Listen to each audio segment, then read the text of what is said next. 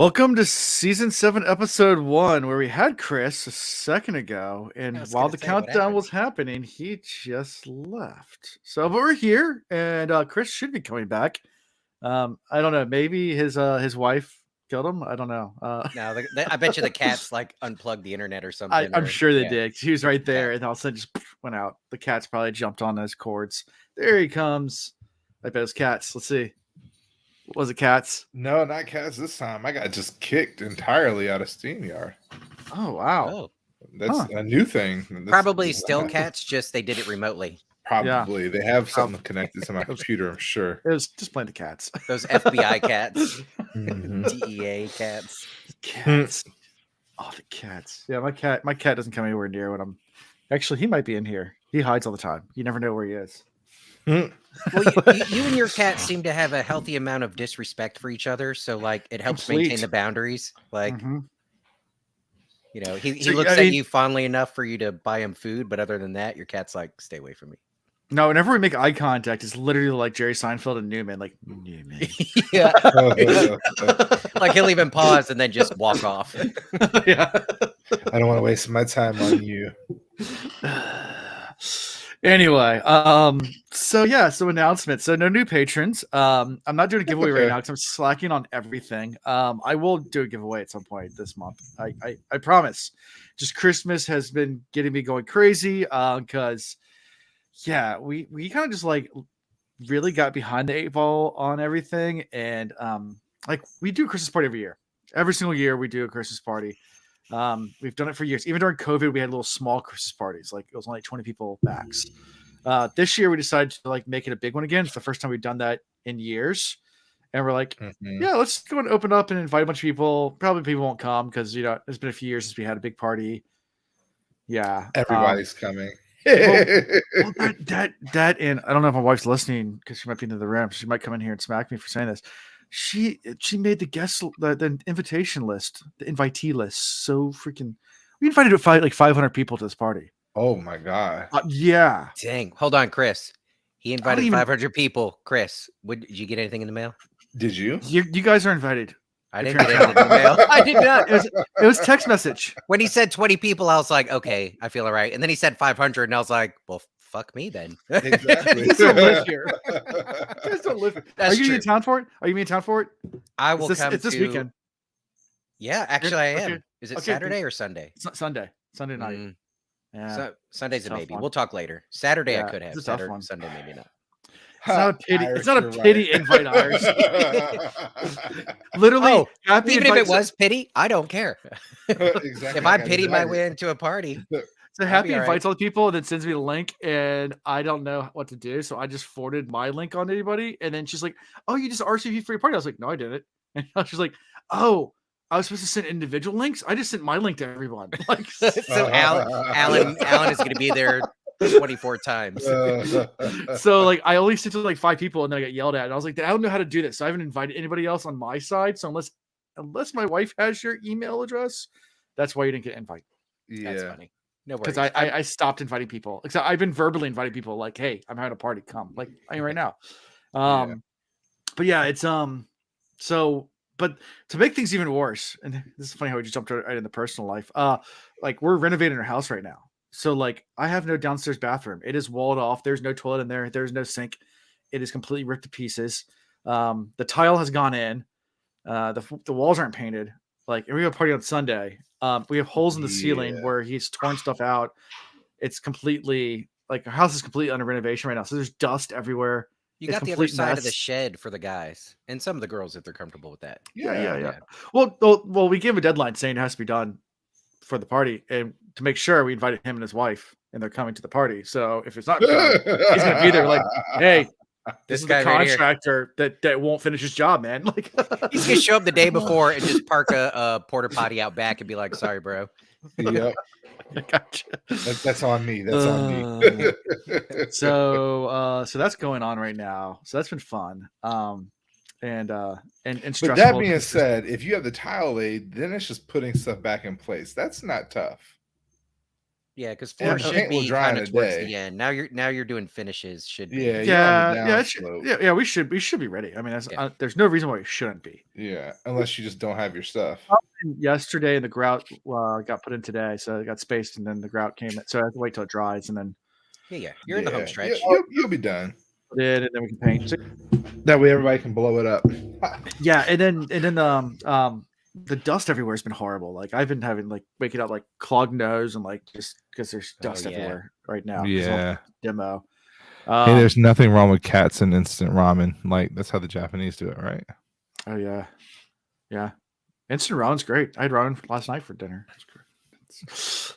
It's like one of the only things my kids will eat. So He's like, plus with the renovation, that's all we can afford right now. yeah, so. yeah, pretty much. Yeah, ramen and chicken nuggets are like my kids' go-to. So it's like, yeah, that's we lots of chicken nuggets. That's what kills me about these restaurants now that do fancy ramen. And it's like ramen with a few fancy things thrown in there, like a meatball and a couple of veggies, and they charge you $20 for the bowl. And I'm like, bullshit. Go home and make a swole. Yeah, that's what I'm saying. I can make a swole better than this for any rice dish in the entire world. Do you know how cheap rice is? oh yeah. You can buy like a giant bag of rice for like $5, and that will last you for like an entire year. Like a family of 5 people for an googling entire swole. year. What is a swole? Yeah, I can make a mean one. I do the spicy. I chop up a spicy dill pickle in there, and I crush up some of the crunchy Cheetos, and I sprinkle that powder in to thicken it up, make it a little cheesy. Yeah. Yep. And then you get the what is it? Where you have like the meat stick and the cheese stick combined in the package, and then you cut them into chunks and mix that in there. So good. How much time did you spend? 40 days and 40 nights. It was biblical, like Jesus himself. Yeah. It's a great time. So that's been my weekend though. It's been just renovations and Christmas stuff. Yeah. Man, let's see. I've still got nothing but positive stuff, even though still in the background, like all sorts of horrible things. Like I'm no more employed than I was last time we talked. Do we still GoFundMe for you? No.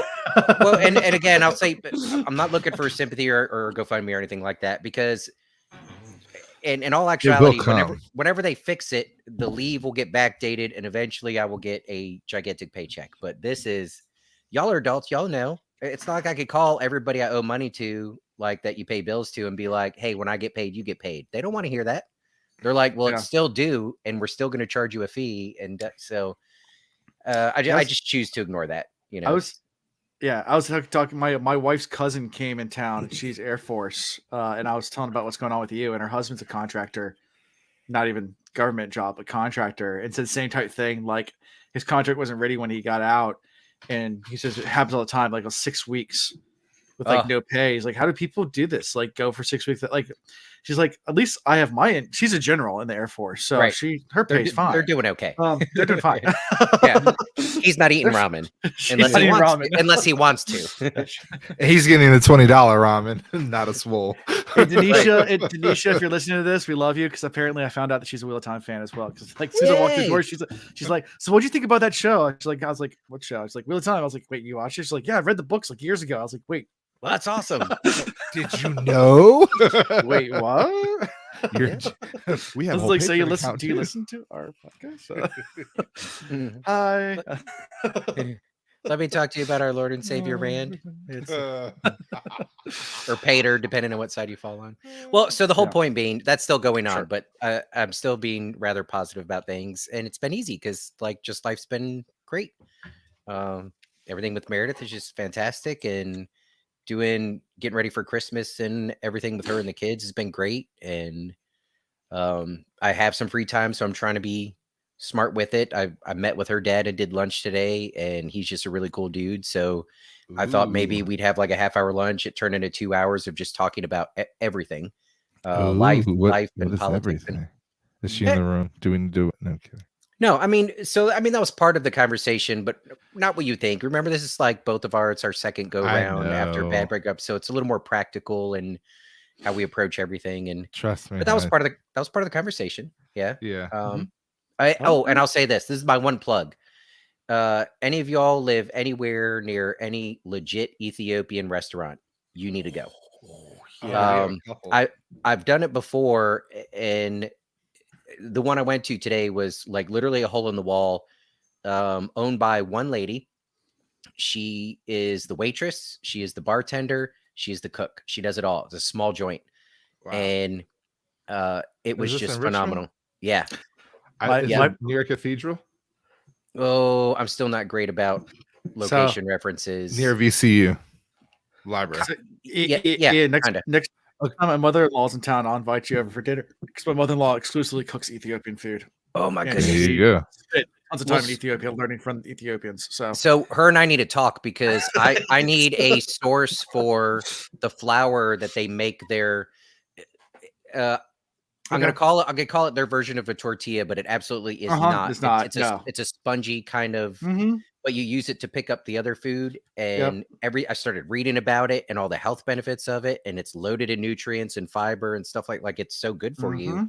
So if you're trying to superfoods, if you're trying to cut like a lot of carbs out, but you still want something that can function like that, I thought it was really good. Now you got to pair it with stuff and eat it with things, and it just takes on the flavor of the other things. But anyways, what was that? I forget what it's called. Do you know what it's called, Alan? It's a spongy kind of thin. I know what you're talking about, but I have no idea what it's called.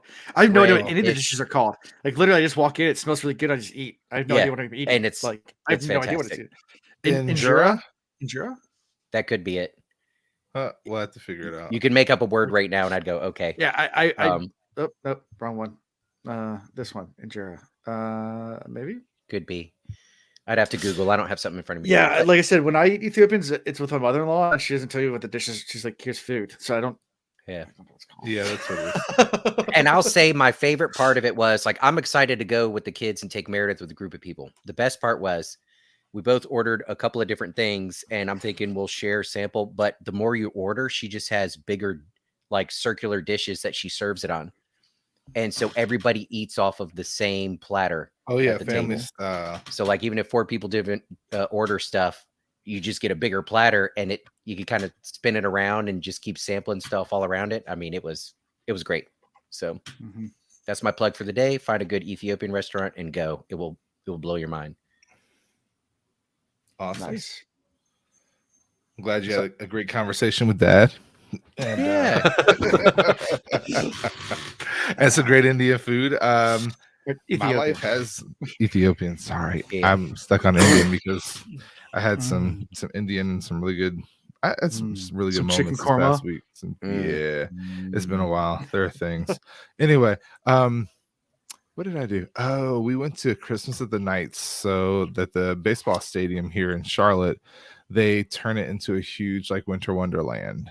Oh, cool. So that's what we spent our weekend doing. It was pretty neat. I just walked around. They had like tubing, and they had skating, wrong S word. Yeah. I don't do either because my feet are too large. But anyway, they had a lot of that. They had a little Christmas town, so you can go around and look at all the animation toys and blow-ups, and they had all the shops with all the cool, nice German Christmas things. So we spent our weekend doing that, and then just kind of hanging out and relaxing. It was a peaceful weekend for the most part. We got a new mattress. We did have to do that.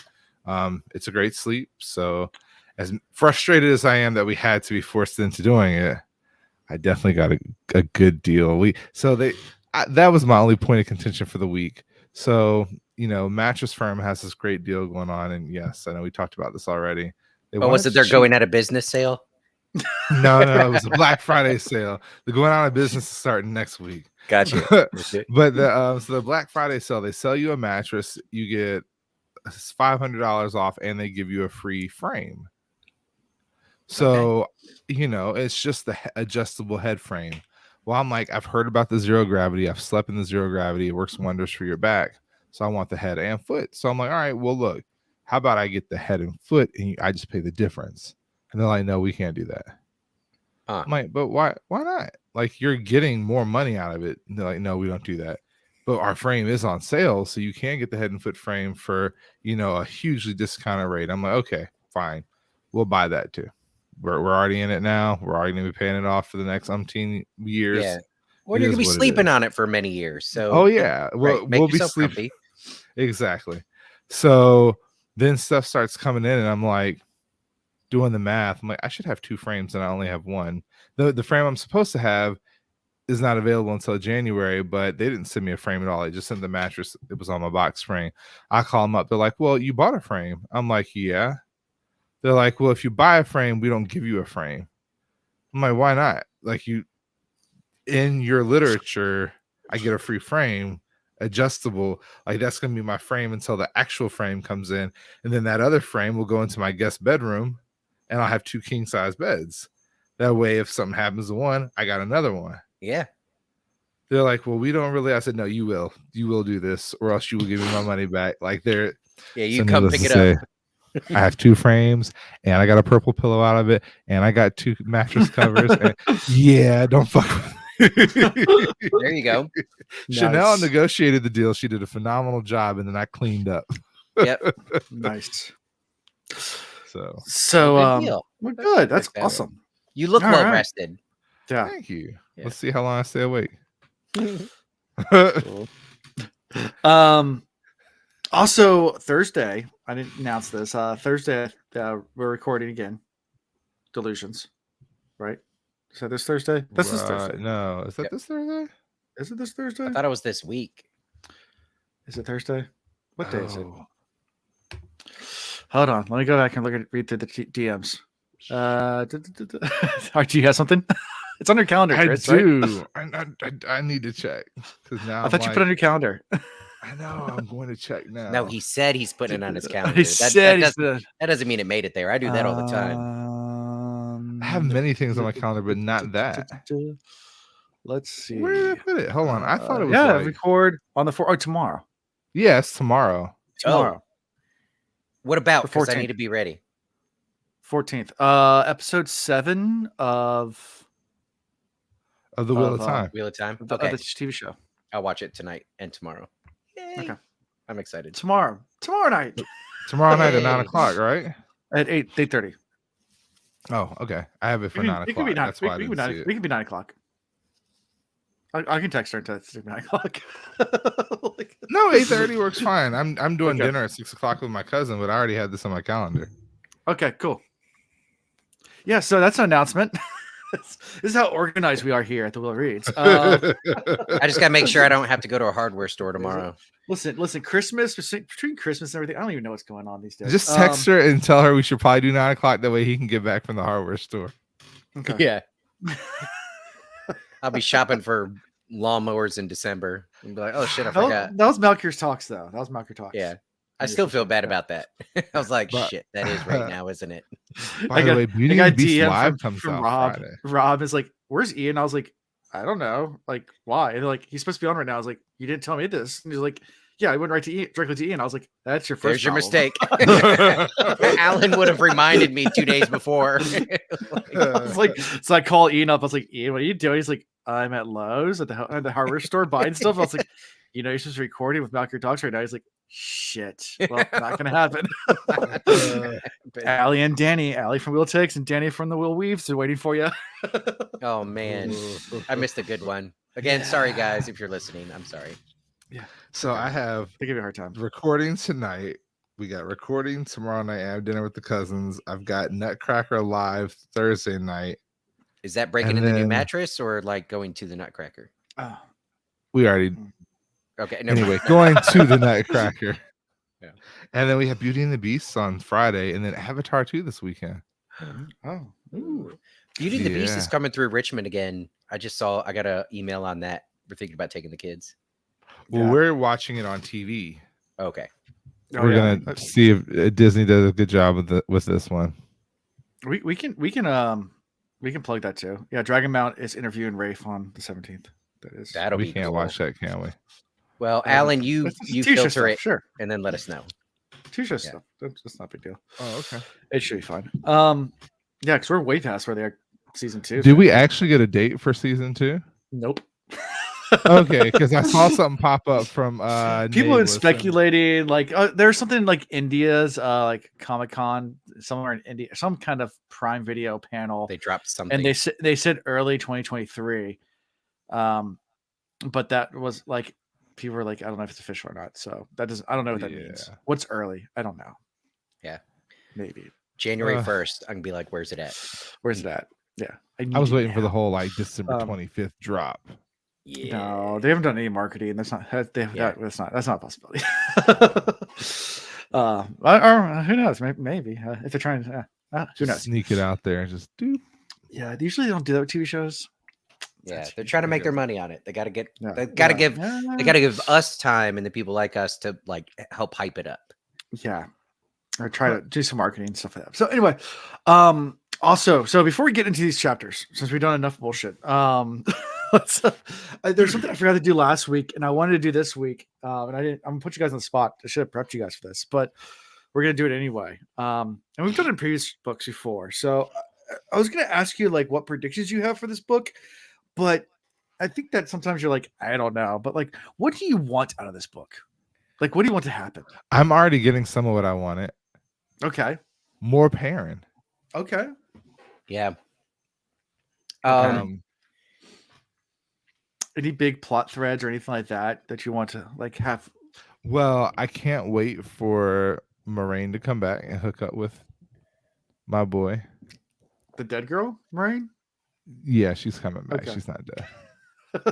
So before getting into mine, I'll tack on Landfair coming back. I don't know why, but I got vibes of that happening. I can't tie it. I can't tie it to anything in particular. But if she can come back, so can Moraine, right? Agree. So, yeah. I'm so having listened to the prologue and the first two chapters, having things picking up right where they left off. We're starting to see a little bit more continuity of the story. Okay.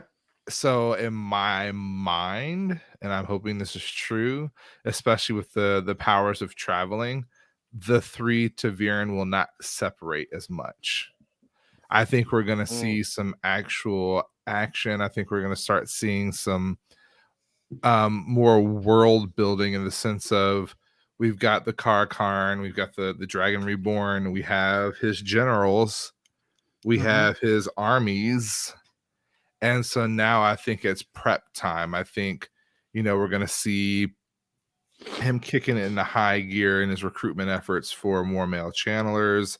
I think we're going to see the conversion of more Aes Sedai, taking the knee. Bending the knees. Thank you. I knew you'd have the quote. Yeah. I really will be knelt. Yes. That. I really would love to see more engagement from the wolf people. And I kind of want to see some tinkers like searching for the song and maybe going into lands that haven't already been touched. Like maybe more with the sea folk. The ones that Egwene hates the most. Because I feel like they're going to become allies here in this book. I think we're going to have to wrap up that cast of people and we're going to have to start really focusing on the war to come. Yeah. Okay. I like it. Okay. Cool. I could be completely wrong at this point. Yeah. Sure. But I hope not. So a prediction is, before I get into what I want, a prediction, and I base this again, like what Chris said, the little bit we've got from the beginning of this book. We have a female channeler shown how to use a gateway, and we have all these Ashaman and Rand that could gateway. And essentially, what does that do? It really makes the world that we know smaller. So how do you compensate for that as an author? You make the actual world bigger, or because of kind of the sci-fi twist to this of like the mirror worlds and the flicker worlds and the dream world and everything, maybe one of our lead characters somehow gets trapped not in this world, because there still needs to be a tension of them being separated somehow. But what do I want to see? What I want to see is actually a little darker, but for good reasons. I want something to happen that gets Matt and Perrin clearly out of the shadow of Rand. so many ways this can happen. Rand could get captured again in some mirror world, or just like be separated on a different plane. Or maybe we got hints of this coming up in this chapter of Perrin kind of drawing a red line of, hey, if you start doing XYZ, I'm gonna stand between you and that, right? There's a moral boundary that if you decide to cross, I'm going to fight you, sort of thing. And maybe Matt the same way, or Matt finds his girl and goes off to Shan-Chan land. But the reason for that is I want to be able to see the Perrin, the Matt, and we've already seen it with some of the female characters, but I want them to be able to operate independently and grow more on their own. My favorite part about Perrin so far is when he went back to Edmund's Field and just became this badass, doing his thing, stumbling and battling with the leadership and blacksmith or axe or whatever. Like, that was fantastic. I want to see that happen with Matt for sure. But when they're directly under Rand's wing, I don't see how that's going to be as exciting if you try to write that in there. So some sort of conflict that separates them, maybe because physically and they're in different planes, or, you know, morally, ethically, they become frenemies. Like, I think they'll always have love for each other, but you know, if there's some reason for them to stand against each other, or at least not with each other, and give them opportunity to grow as characters on their own, I think that would be pretty cool. Okay. Yeah. Cool. Was that crazy, Chris? Am I asking No, for too much? I don't think so. I kind of actually agree with you a little bit. I do feel like they have to be their own people at some point, but at the same time, I mean, and again, I have to remember we're only at our halfway point. Yeah, and that's why I don't care to make predictions so much anymore, just because in a lot of these books, in his books at least, they're not very predictable. Yeah. Okay. I'm just trying to rely on some of the tropes I know, and because I know how long the series is, we know how many books there are. So the biggest thing is prediction-wise is that because our ability to travel became so easy, now we have to expand the world. Yeah. So do we get more into Shan-Chan? Do we have more issues with Teleron Riyadh? What if we end up in some crazy thing where, like, Rand finds a way that in order to win here, he has to go to some other mirror world and win there to learn something or do something that today. Like he levels up in a mirror world somehow to do good things. I don't know. Mm-hmm. Yeah. I actually had the thought earlier today that maybe at some point it's just going to skip way ahead, because the other thing that I'm hoping for is like these people having an actual life outside of this battle, outside of this war, you know, having children, seeing their children do things, you know, that thought also entered my mind for sure. Chanel, good luck. You good? Sorry, guys.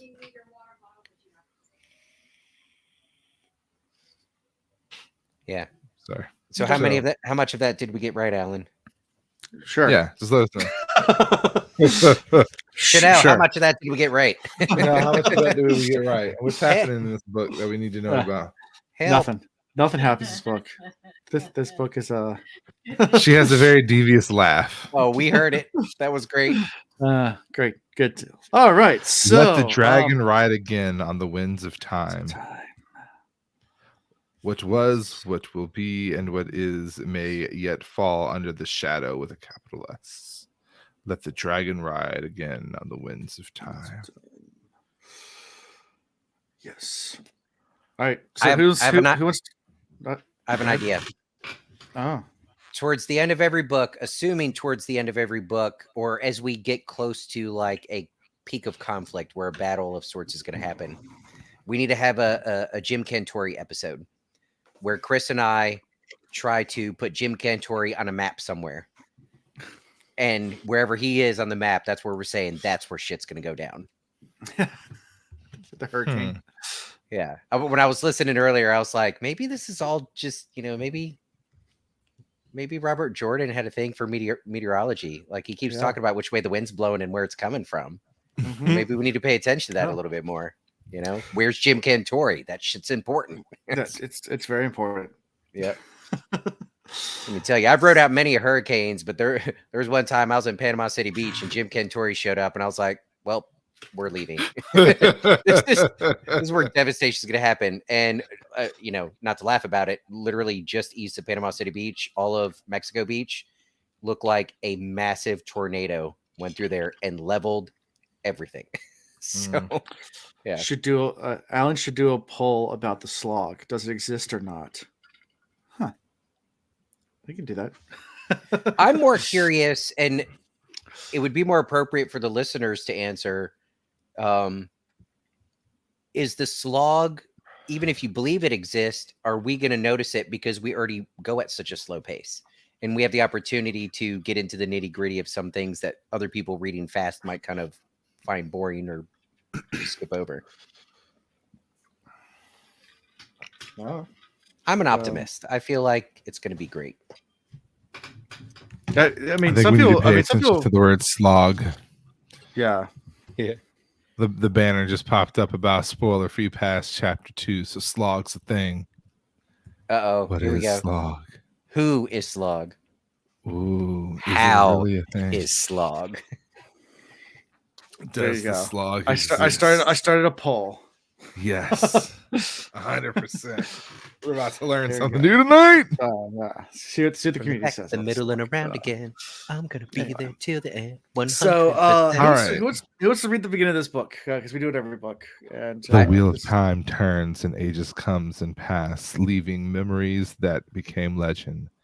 Legend fades to myth, and even myth is long forgotten when the age that gave its birth comes again. In one age, called the third age by some, an age yet to come, an age long past, a wind rose in the great forest called Bramwood. The wind was not the beginning. There are neither beginning nor ending to the turning of the wheel of time, but it was a beginning. Describe that A to us, Chris. What does it look like? Italicized. A little italicized A. That A is so important to us. Means everything. All right, so here's the poll. We ended the poll. Let's see, results are in. It does exist. It says 55 said no, 44 said yes. Percent. Huh. It's almost 50-50. I wonder if it matters the age you are when you read through it.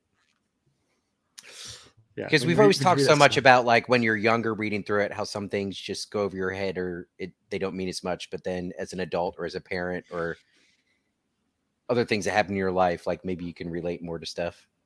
Mm-hmm. I guess I won't know until we get there. Guess not. Yeah.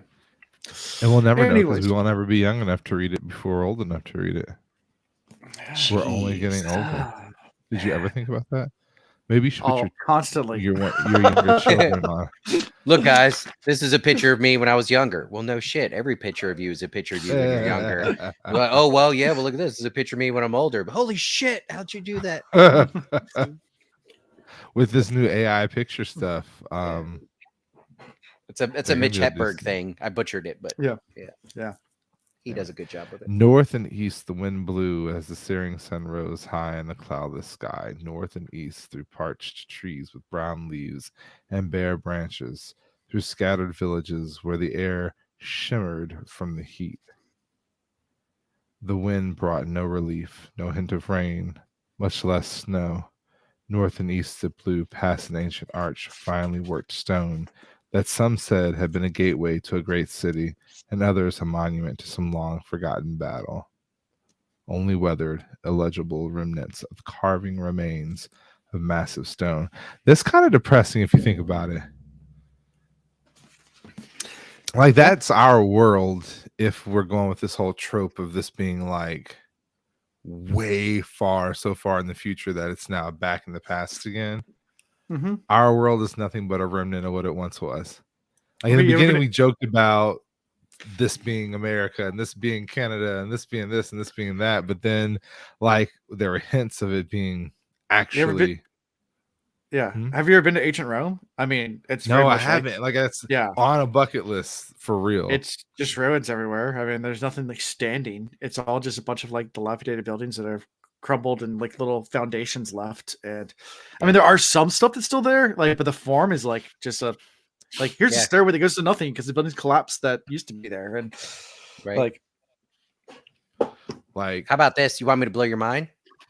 yeah. All right. Name the ancient cultures that we know of, that the obvious ones. You don't have to go down the rabbit hole. Ancient cultures that we know of that had pyramids. Oh, the There's Egyptians, so many. Aztecs, The obvious, the right? Mayans, yeah. Oh, there you go. He went to it right off the bat. The ancient Mayans. Uh-huh. Ancient Mayans. Anybody want to look up when the Mayans were at their peak? And then tell me if you think that's ancient or not. Probably the 1960s. Not ancient. I mean, I'm guessing. I have no idea, but Well, not 1960s, but definitely not what we would. Yeah, not what we would consider ancient at all. But for some reason, in how we've written the history about them and everything, we talk about this ancient culture, and literally, it was still pretty much close to its peak and prime. Not long before, it was mostly the Spanish that went through that region, right? yeah. Yeah. So just before that, they were still kind of around and All the way up to thriving and- 1697 AD. Yeah, is that Wow. ancient? No, That's not at ancient. all. That's Yeah. when the Americas was starting to really be Yeah, taken That's over. when we were given smallpox, colonized. but that's when the Spanish Yeah. were giving smallpox blankets to everybody. yeah. I'm Horrible, only the horrible. Spanish. Anyways, it's totally irrelevant, but yeah. that blew my mind when I actually looked at the dates the other day. I was like, why do we say ancient when we talk to the Mayans? Well, and then the other thing is like thinking about this. This is a good scene- point. Even ancient Egypt had an ancient Egypt. Like, Oh yeah, the pyramids were already like what, a couple thousand years old or 1,000 years old when Cleopatra was there. yeah. Oh yeah. Like she had her own ancient Egyptian history in her backyard. Uh-huh. Yeah, Hey, it's true. Very we true. all watched the same show. And if you really want to get really like mind blowing, it's like a Stegosaurus, which was like in the really early, I think it was in the Jurassic period, and then Tyrannosaurus Rex was Cretaceous. So we're actually closer to T-Rex than T-Rex was to Stegosaurus as far as Oh. timelines Yeah. go. Like, That's cool. Speaking of that, this devastation may have only been like literally a day old because we're walking right back into the battle scene where literally Sure. lightning was falling from the sky, people's heads were being popped like pimples. Yep. Like, Yeah, the first half of this book just talked about Dumai as well, because it's like there's a lot to talk about. So it's like, let's recap the horror, but from Perrin's perspective. From Perrin's perspective, yeah, exactly.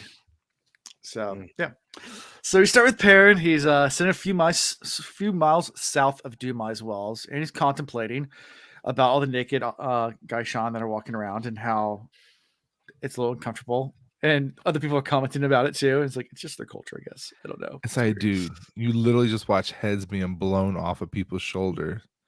And what you're worried about is the naked blonde. So Perrin, I think, is doing, I mean, we're getting his perspective. I think he's doing as good as we could expect Perrin to do, right? He is accepting it. He has talked to some of his IEL resources a little bit to try and understand what's going on. Mm-hmm. So yes, it bothers him, but I think he's trying to respect the culture, or at least not be bothered by it as much, you know.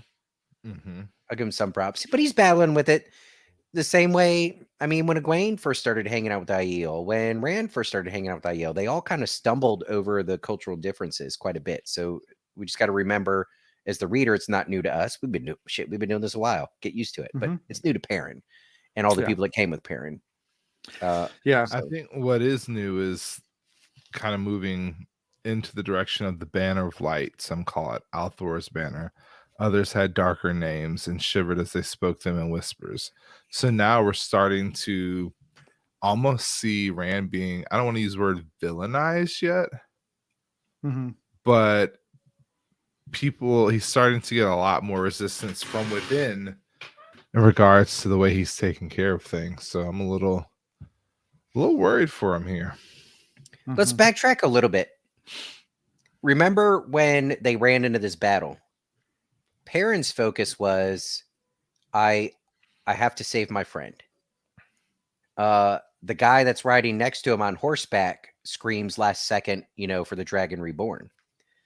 I don't see Perrin ever charging in battle for the Dragon Reborn. I think he's a very principled guy. I think if what they're fighting for falls in line with his morals and beliefs, and he believes it's doing more good than bad, I think he will fight for it. And I think he'll fight for his friend as long as it doesn't cross certain lines. But I don't, him or Matt, or I mean, we could say Nynaeve and Egwene and all of them. I don't see them doing the for the Dragon Reborn charge. Yeah, I don't know. I don't really know where I was going with that. I guess it falls into that. What I'm hoping for is some of this separation. That there's a lot of people that once Rand does his conquering, they just go, the Dragon Reborn will fight for him because you have to. It's the Dragon Reborn. I think Perrin's much more than that. He's not just going to slide into that category of I'm a follow blindly sort of thing. Yeah. Okay. And Perrin's feeling really down at this point as well. So that's something also to note. Where he is mentally in this state. He's super guilty about the wolves. It seems like the vast majority of them were slaughtered, which I felt for it because he was getting criticized from the other wolves left and right, and that's what happens when you mess with the two legs. For real, and they entered that battle because they were aiding Perrin, but more importantly because they were aiding Rand. So I did feel for him. But they still came and they attacked when he called. And I had to remind myself of this. This is a Perrin perspective. Mm-hmm. So Perrin feels guilty about it. So the thoughts about his interactions and comments from the wolves are going to have that guilt built into it. But then I started thinking, I was like, all right, let's consider a pack of wolves or group of wolves or whatever. There's just like all these groups of humans that we've run into so far. There's a group of them, your young male wolves that want to prove themselves, that probably would have gone into this battle if they heard about it or knew about the opportunity, that, they'd be itching for it. And then you have the old souls that are more diehard wolfy, that were the ones that knew about it but chose not to go. And those are the ones Perrin's talking about, kind of sent the message of, I mean, this is what fucking happens. This is why you don't mess with two legs. I think Perrin's putting it all on themselves, but if we had a wolf perspective about it that talked about the decision making of people to join, I bet you there's plenty of wolves that, and we even got a sense of it. There were plenty of wolves that when they heard that the Dragon Reborn was in trouble, they're like, all right, say no more, on our way. But there's probably plenty of wolves also that heard about it and they're like, we're not getting mixed up in this. And so is it all Perrin's fault? He feels that it is. And that's where we're getting from this perspective. But I don't think it's all Perrin's fault. Sure. I think wolves have a complicated hierarchy, and I think they could be as complicated as us. And there were some eager and some not, and some naive and some more wise. And agreed. Yeah. Yeah. You also go look around the camp. Besides the naked Gaishan that are coming over just to make everybody blush, you have the Tower Aes Sedai that are under guard by the Ashaman. The warders are being guarded by the Mainers. And then there's also the Stilled Sisters that are there who, as Aaron points out, is taking up space and just like, you should just go and kill all the Aes Sedai. Let's kill some stuff. Let's just kill them all. Like Aaron, calm down. Well, and I stroking his sword. Yeah. I like the fact that we have this parallel. The High Chasseline, is that how you pronounce it? Chasseline? I mean, High Chasseline, yeah. Chasseline. The whole idea is here we have Perrin doing nothing but worrying. Like that's kind of how I read it. Like he's upset, he's worried, and he's reflecting. If I was back at home, missing his wife. Yeah, I'm missing my wife. There's all this chaos. There's all this killing, all of these things that need to be done. Then there's crazier thoughts coming from people near me that, I knew some of them were off the rocker, and then others I was worried that are unhinging. And he's kind of like the stable mind in all of this. And he's reflecting. He's like, I should be feasting and dancing. And then anybody who isn't remembering the good things and being happy would literally get water dumped on their head and told to piss off. He's like, so this is where they've come in such a little time. He doesn't have or see that opportunity to really enjoy life anymore. We know Perrin much rather would have had the hammer than the axe, and now he's saying, I don't know if I remember what to do with a hammer. And I remember a time where they told me I get used to the axe, and now I don't see myself without it. So good luck finding your way back, bro.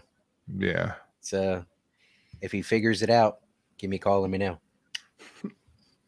How about, did you think about, so you talk about this festival or whatever it is, this thing they're celebrating, where if you talk negatively, people dump water on you, but traditionally it's cold enough that would be a miserable experience.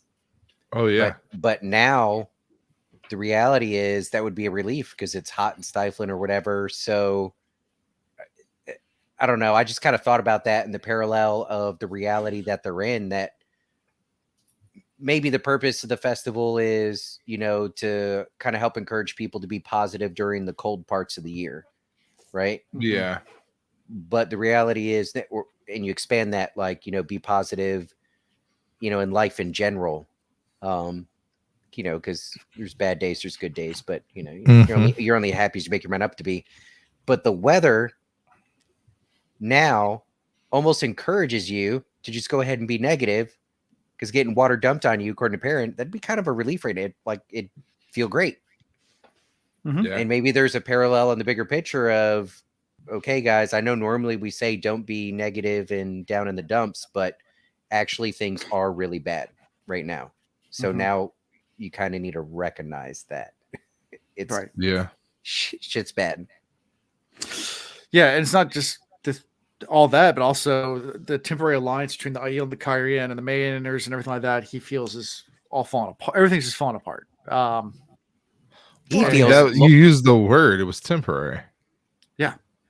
This is all just to save Rand. Now Rand's been saved. It's like, we still hate each other.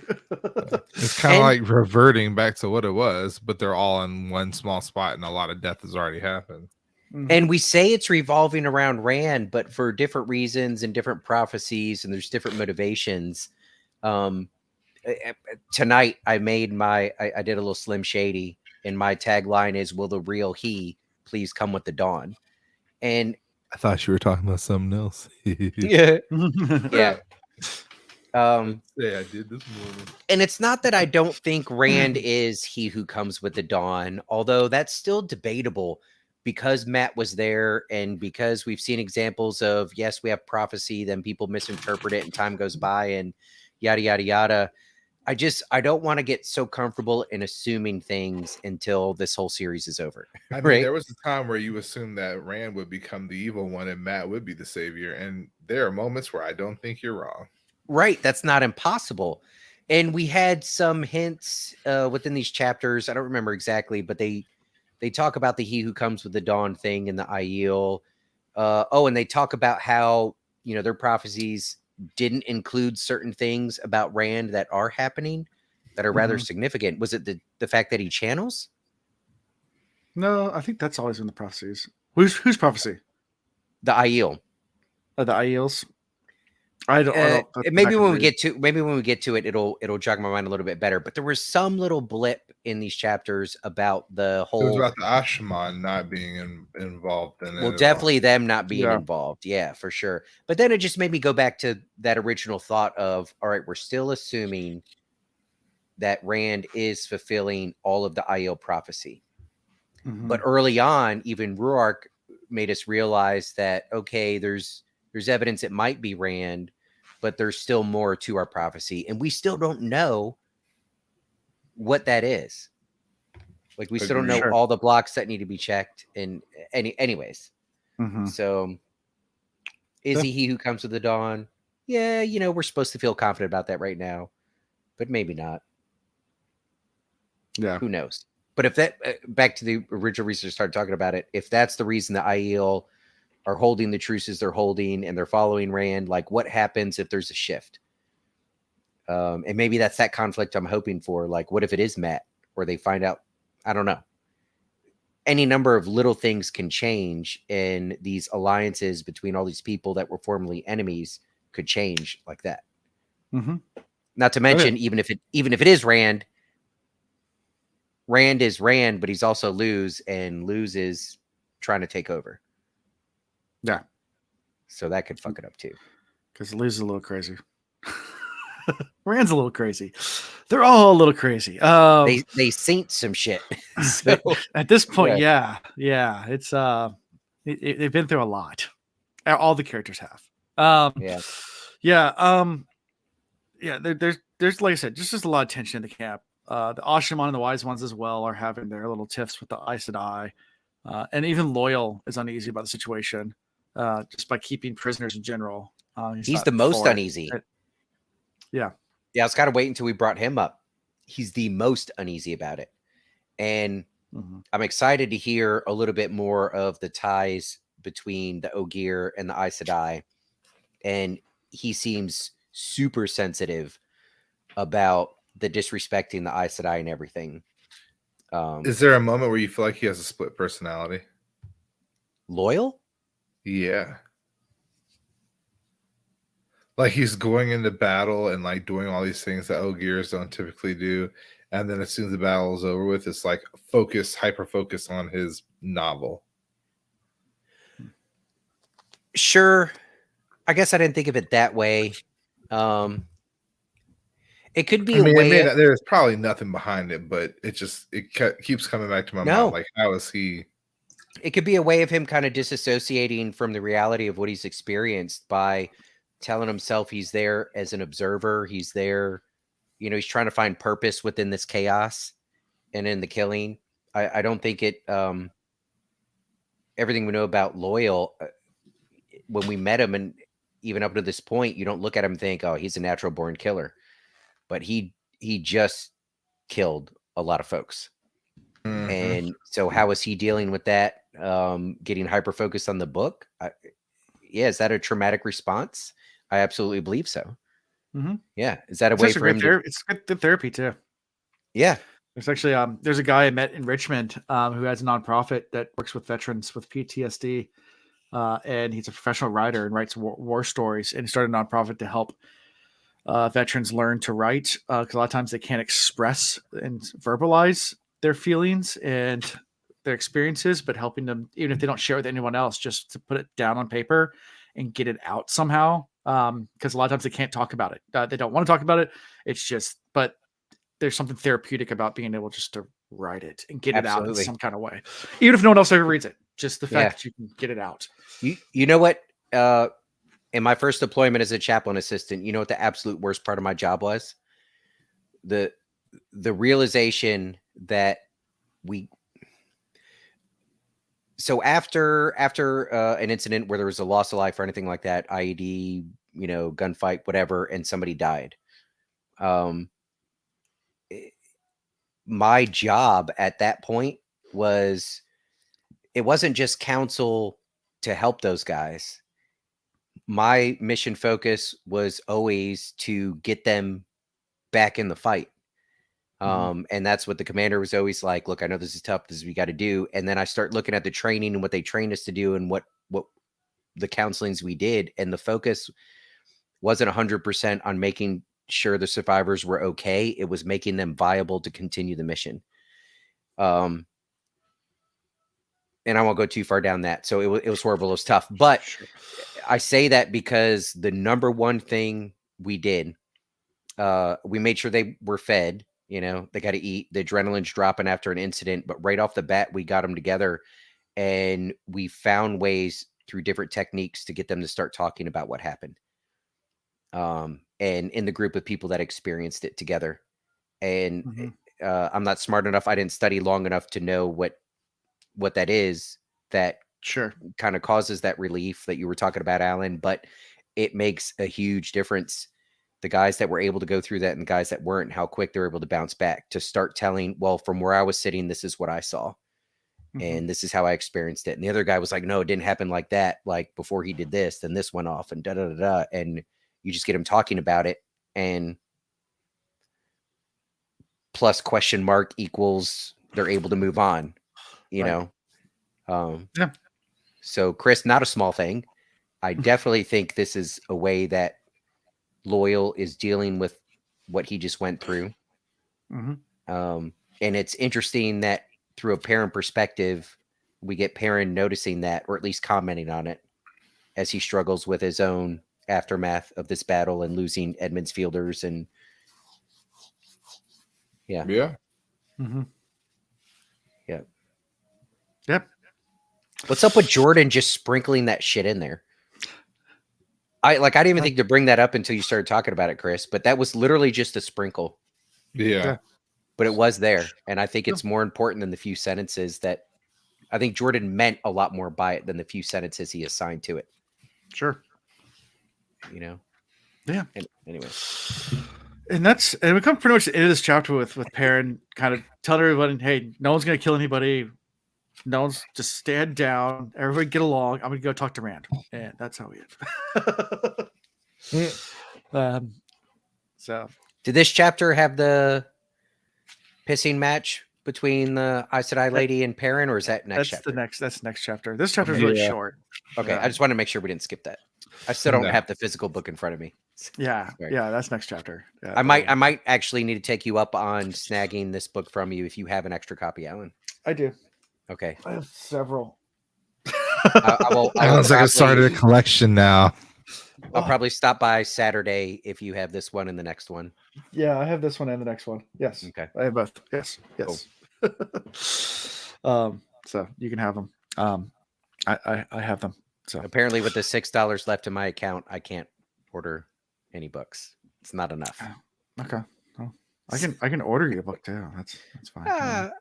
I'd like an excuse to come say hi, even for okay. Yeah. If that's okay. That's good. Yeah, you might get put to work if you stop by too long because we're like that's full, okay. Like, full get ready mode. I need to feel useful anyway. So if you could use me, sure. That hobo beard, so he could definitely use. Look, so what y'all didn't get when we were recording during COVID is my transition into the homeless look because we weren't doing the video portion. Any of you all watching this, you're experiencing the transition of Ian going from clean cut, I can still look somewhat young and professional, to homeless, flabby, just gnarly, don't give a fuck, but also happier. Like, this is the me I'm supposed to be. I said that to Chanel. We actually had I'm sorry. You have something to say, Alan. Go ahead. Say it.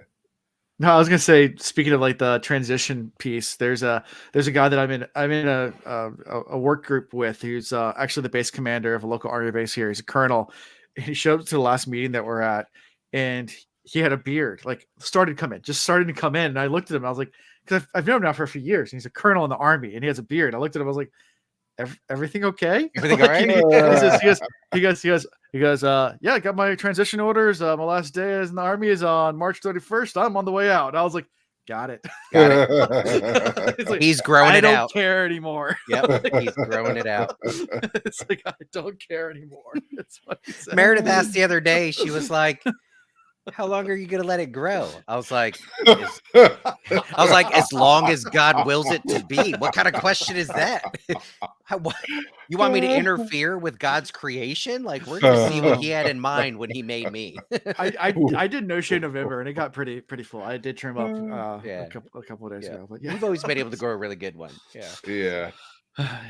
I've been growing this out for the last 6 months, and you keep it clean. Yours always stays nice and trim. Yours looks fresh. You see it? I like it. Oh, you can see the little, see all that? Okay, that right there. That's like that's almost a month and a half worth of growth. There you go. That's a week. That's a week for me. Who was the teacher that we had? That you watch it grow. It was a chemistry teacher, Mr. Foley. Yep. Yeah, and he was prior service. He was a he'd be military clean guy. shaven in the morning and have like a beard by the afternoon. I mean, I've never seen. Oh wow! It was he was a man's man coming in like he was like. That guy was awesome. Did he wear flannel? Did he have an axe? Sometimes I would put past him. He was one of the few teachers that can handle our shenanigans because we would start to shenanigans and he would literally just get in your face and yell. I mean, in a positive way, but he would do whatever it took to. Oh, yeah. I mean, I was not intimidated, but inspired by him. Yeah. He's I like, actually learned stuff from him in high school, which in Right. my 40s, I want to be like you. yeah. Mr. Foley, if you're listening, thank you. You were a great teacher. Love you, man. All right. Do you want to move to chapter 2? Sure. Which should be called "Do You Smell What Perrin?" It's Yeah. all about the smells. Lots and lots. Oh no, of going back to what you smelly said a minute ago, though, Ian, you were like,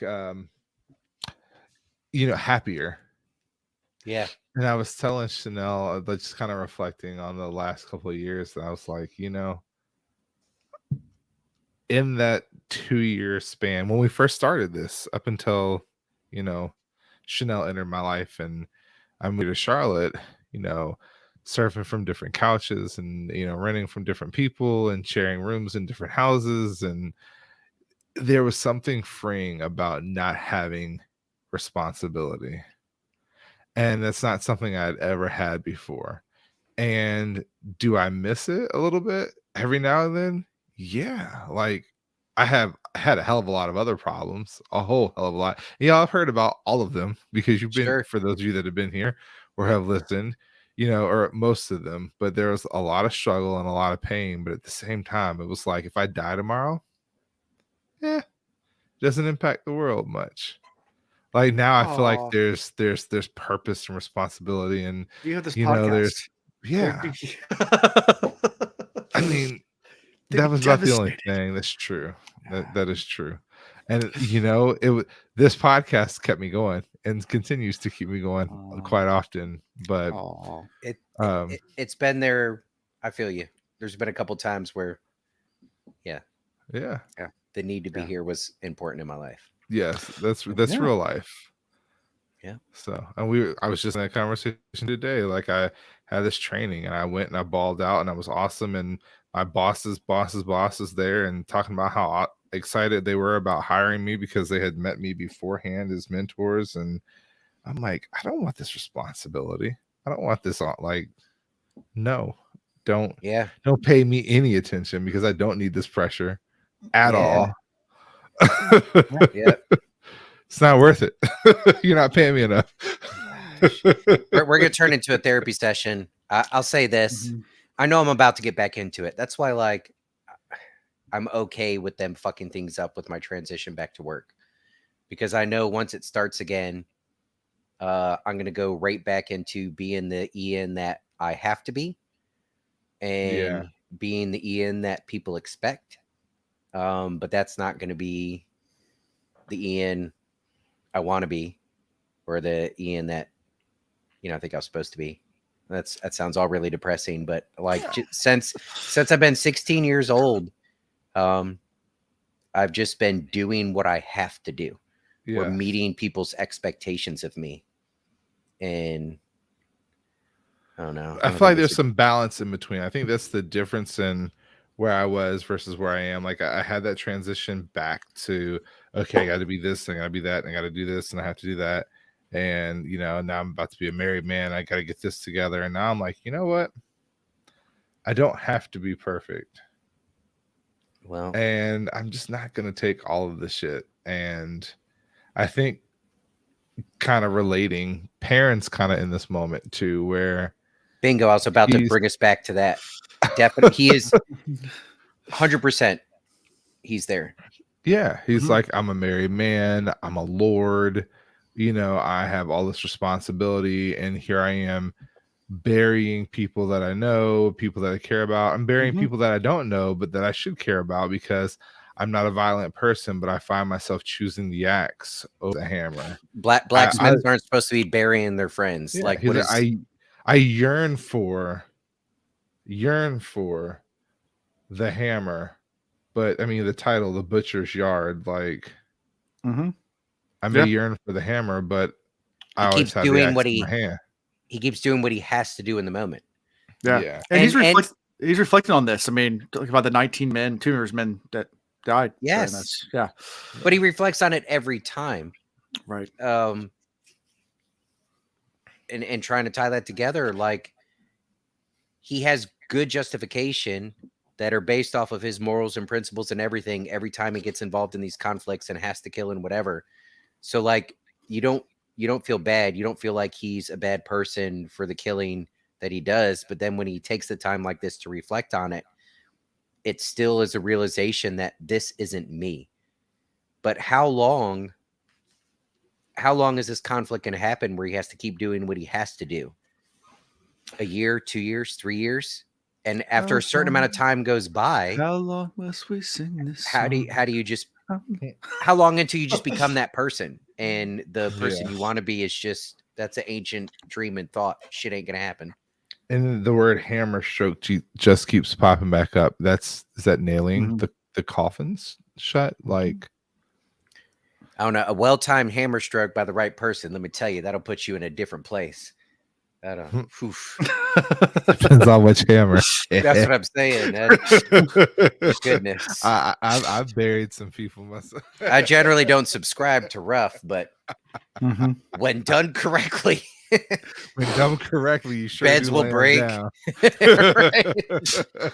Okay, there we go. All right, we're back to our regular podcast mood. Sorry. Yeah, and as he's walking, he looks over the field, and it's just a sea of black, with just ravens and crows and just birds feasting on all the corpses that are down there. And as far as the eye can see, just like a wave, like I guess they describe it as undulating, like just undulating. Yeah. You said undulating. It. I think that's the word they used. I know who that's for. Yeah. So, but yeah, but undulating. It's undulating. But yeah, a sea of crows, or ravens, and they actually I think Karuna makes a advice that just killed all the ravens because it could be spies of the Dark One. It's like, what's the point? Like, even the Ashaman are satiated. Like, enough death has happened. Like, yeah, I think that's more his motivation. Yes, there was the what's his point, and sorry to interrupt, but not sorry. Yeah. You might kill the one that was okay, and then the messenger gets away. But I think the motivation was more his other kind of internal and what he said about the Ashma being satiated. Perrin's done with death right now. Yeah. The worst of the worst could be in front of him right now, and everybody be clamoring for an immediate execution. Perrin would stop it. Not now. Yeah. Like, have you ever been in a tropical area that's mosquito infested? Like where they come in and swarm? Yeah, Pocosin. Yes. The military has issued me malaria pills in multiple locations. There's no point to even trying to swat at them because, like, as soon as you swat at them, like, it just turns black again with mosquitoes covering your arm. Like, it's just, there's just Pocosin in the summer. Millions. Oh yeah, little P town. Yeah, Pocosin's almost as dumb as New Orleans. Like, at a certain point, you got to look at the way the tide rises and falls and go, we shouldn't build here. But human beings go, I got an engineering buddy that says we can do it. And then they do it. And then shit goes underwater and they're like, what happened? And I'm like, well, fucking nature happened. Like, I'm trying to remember I think the Pocosin, the Indian name Pocosin means swamp. Yeah. Or like salt. Yeah. Or something like that. And something like when the settlers came here, they asked the Indians, oh, what's that land over there? He goes, like Pocosin. Oh, that sounds nice. Let's go build there. Like, they're like, okay. Yeah. There's a reason why we don't go over there. It's funny. Well, the Jamestown settlement was kind of like that, and others in North Carolina. It's funny, like, we get here and there's the Native Americans in the area. So they're like, well, we'll just initially occupy a space where they're not. Well, fuckers, they weren't there because it's a bad place to be. Like, after generations, they were like, we are not going to put our housing there because it ain't going to last. It's a bad spot. Right. But colonialism. Yeah. Yes. We know better. All right. Yeah. But yeah, pointless, and the Ashaman are completely exhausted. So, he reprimands her for disobeying orders to stay out of battle. This is where Perrin gets in this tiff with the Aes Sedai because he then turns and starts reprimanding her, about it, and she then starts to get snippy. And yeah, I wish Rand didn't show up as soon as he did because I feel like Perrin had an opportunity for one more good comeback. So before all right, I'll start at the beginning. Perrin starts to lecture her about really putting his other people in danger by not following his instructions for the battle. And then she makes a good comeback about, well, because of our oaths, if you want us to be effective, we had to get into a position where we were threatened, right? And already when I'm reading that, I'm like, you got to read between the lines, but Perrin's smart. And immediately after that, he's like, we got to read between the lines because, they might tell you truth. That's not the full truth, blah, blah, blah, blah. Yeah. But oh my goodness, did it rile me up when she started her farm boy fucking comments to Perrin. If there was any moment where Perrin should have taken hold of what he is becoming and what he already is, I wish it was right there. I wish he would have answered back with something like, the fact that you would even call me farm boy and possibly be dumb enough to actually think that's all I am, that just proves how much you don't know. Right? The trouble is, I don't know that Perrin actually believes that about himself yet, but it would have been wonderful if he would have dropped that bomb on her. But also, Rand showed up, so he didn't get an opportunity for the final comeback. She kind of farm boyed him, and he just growled a little bit, and that was it. Well, I mean, I think Perrin's also tired of arguing. Like, he literally, the night before, watched and listened to Rand go through the 151 maidens that died. Oof. Yeah. Like, and not only that, he's curled up and all rocking back and forth. He's losing it. I don't think it's necessarily that he's losing it, but he's just so lost in despair. And he knows that these people are dying for him. And Perrin sees the same thing. And Perrin's like, look, I'm only telling you this because I don't want you to die. But if that's what it's going to be about, then do what you want to do. Because that was his whole thing. Like, stop entering the battle. You had protection. You would have been fine. But you put yourself in a situation and other where people you had to act. And other people. And they got other people killed. Yeah. Yeah. And you can justify that however you want, but had you listened to my instruction, maybe we wouldn't have so many graves to erect or to put into the ground today.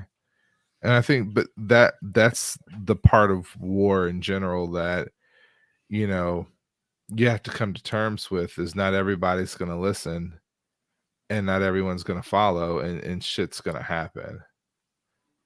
And Perrin's not ready to lose people. Yeah.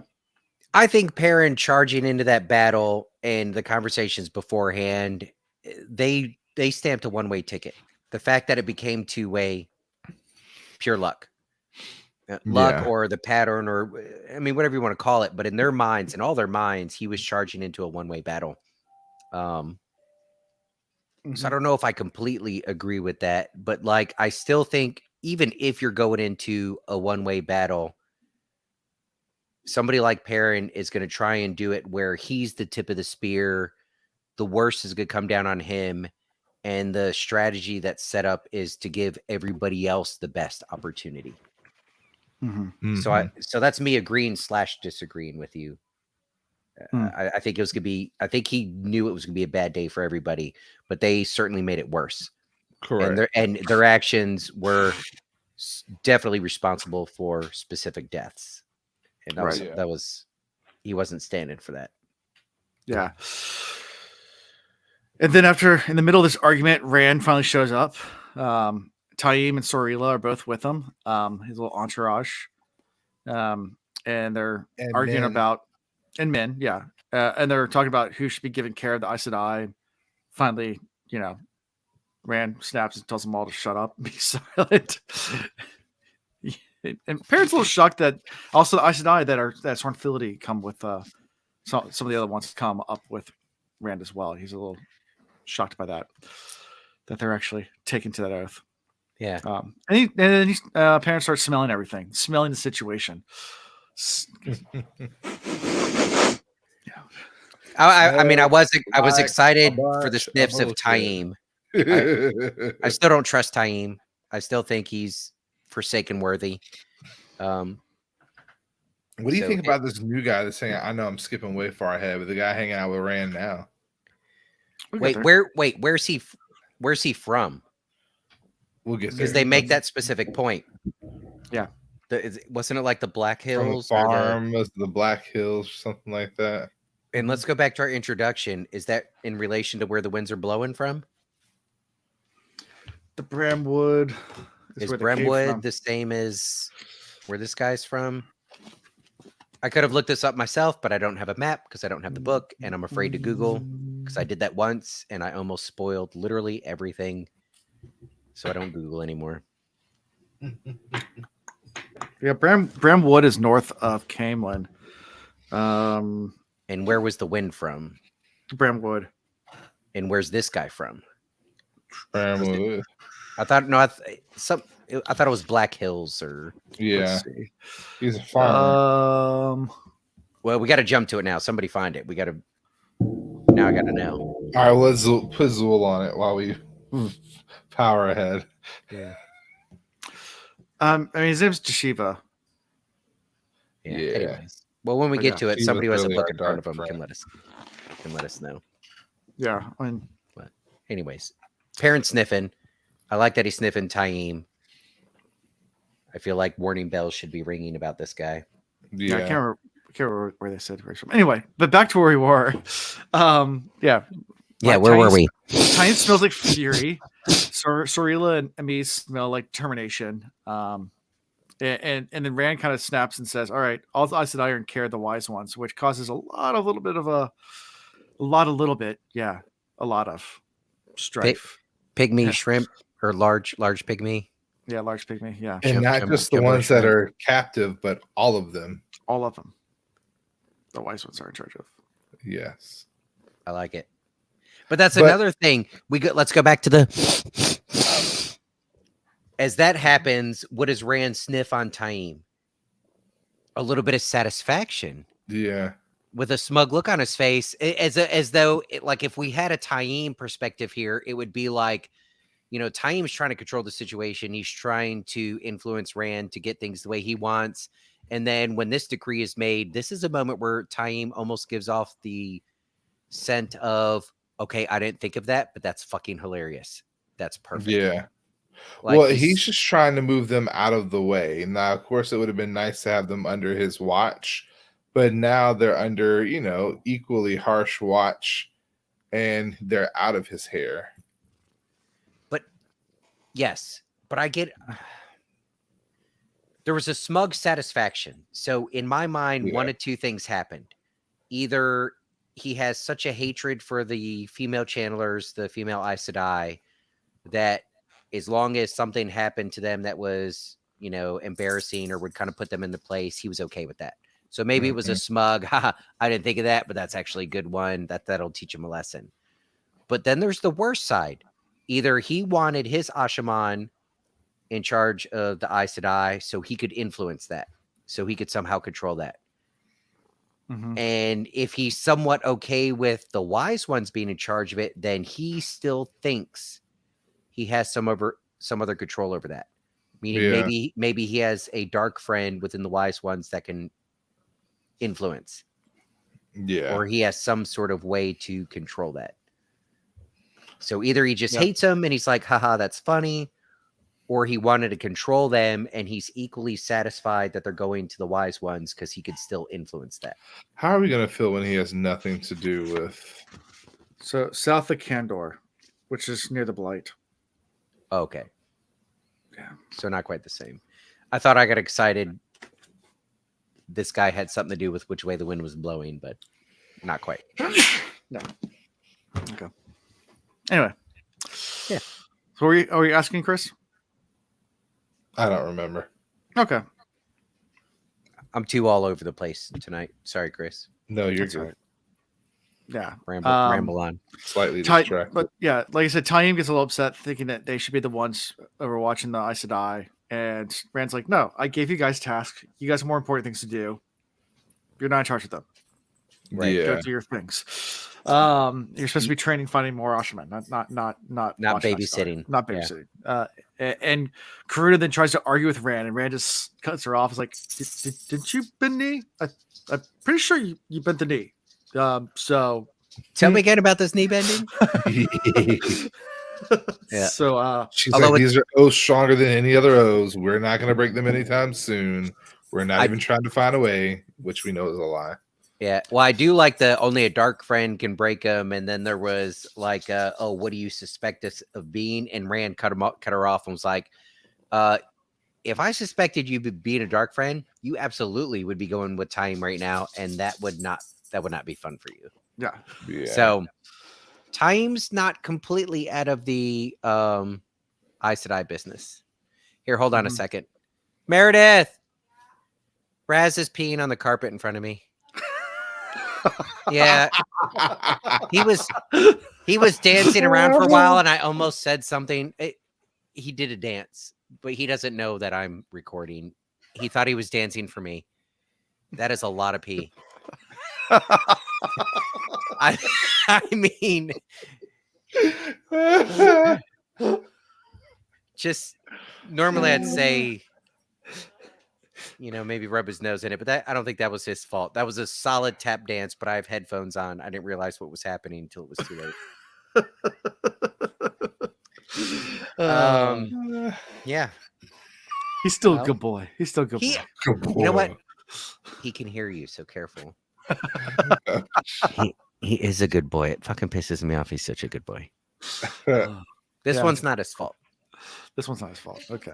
He hasn't peed ever. No. He just, he really had to go. If Hi, Meredith. We love you still so much. everybody said hi. Hi, guys. Hello. I'm She not says hi. everybody. I want a specific Chris said hi. Chris said hi, and he got mad that I said everybody. Chris said hi. I said hi too. Hi. Allie, your dark friend. Yeah. Oh, wait. Oh, Here you go. There she is. Hello. Hi. just gonna clean up some pee. Yep. Oh, Oh, poor guy. Raz looks a little nervous. Like, am I gonna get scolded? I don't know. No, he's good. That was All our right. fault. Where were we? So where were we? So just told Karuna to obey, and then Bera, one of the wise ones, comes in and says, "Okay, you need to get healed, Rand." And one of the Bera, she's Aes Sedai. Yeah. No need to be specific. Everyone Aes Sedai. said he needs to get healed. Everyone Min, says he needs to get healed. the Aiel, like everybody's looking at him like, stop trying to prove a point. Yeah, Get and healed. finally This is Rand just ridiculous. kind of shrugs and just looks directly at Alana, and was like, "You come here." No, he points at Points. Alana behind him, and I think it's starting to click. It's starting Oh, to so set Patrick in Mahomes, for no Perrin. look touchdown pass. Yeah. Like, Parents like, how did he do that? Wait a second. Something's not right here. Something's not right there. Something like the smells that I'm getting from them. The smells are probably the best thing about this chapter. Mhm. And That's what I said. This is parent smells, scratch and sniff chapter. I wish I had gone through and like taken notes from this chapter about all the different smells, and because Perrin has a new ability that's almost as helpful as Min's. That's where Min can kind of see the things going on. Perrin can smell the right. things going on. I'm glad you brought that up. We've already talked about parent perspective, and this is a new parent power. And just because he can do it doesn't mean he's interpreting it right. We talk so much about Min and whatever she sees comes true and blah, blah, blah, blah, blah. But now we're getting a new wrinkle. Let's jump forward a little bit to Min talking about her power and how it's fuzzy with Aes Sedai, especially when they're channeling. Mm-hmm.